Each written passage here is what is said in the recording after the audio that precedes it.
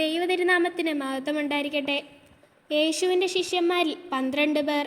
ഇവരെല്ലാവരും പലതരത്തിലുള്ള കഷ്ടങ്ങൾ, ശോധനകൾ, വേദനകൾ മധ്യേ യേശുവിനു വേണ്ടി വൈരാഗ്യത്തോടെ ശുശ്രൂഷ ചെയ്ത് സുവിശേഷത്തെ ലോകത്തിൻ്റെ അറ്റത്തോളം എത്തിച്ച് ക്രിസ്തുവിനു വേണ്ടി രക്തസാക്ഷിയായി മരിക്കുവാനിടയായി.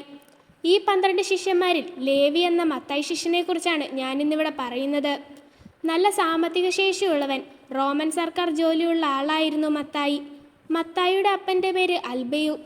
മത്തായി എന്നത് എബ്രായ പേരിൻ്റെ അർത്ഥം ദൈവത്തിൻ്റെ സമ്മാനം. മത്തായി എന്ന ഈ വ്യക്തി തന്നെയാണ് വിശുദ്ധ മത്തായി സുവിശേഷം എഴുതിയിരിക്കുന്നത്.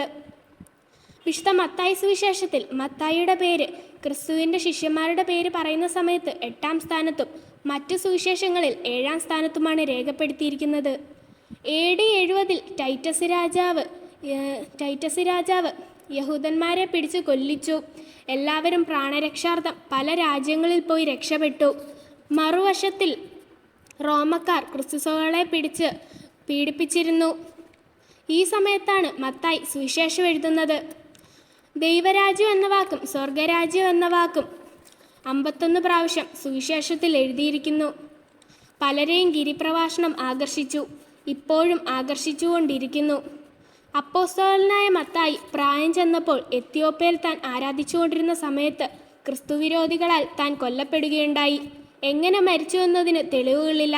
ചിലർ കല്ലെറിഞ്ഞു കൊന്നുവെന്നും ചിലർ തലവെട്ടി മാറ്റി കൊന്നുവെന്നും ചിലർ പുറകിൽ നിന്ന് വാളുകൊണ്ട് കുത്തിക്കൊന്നുവെന്നും അഭിപ്രായപ്പെടുന്നു.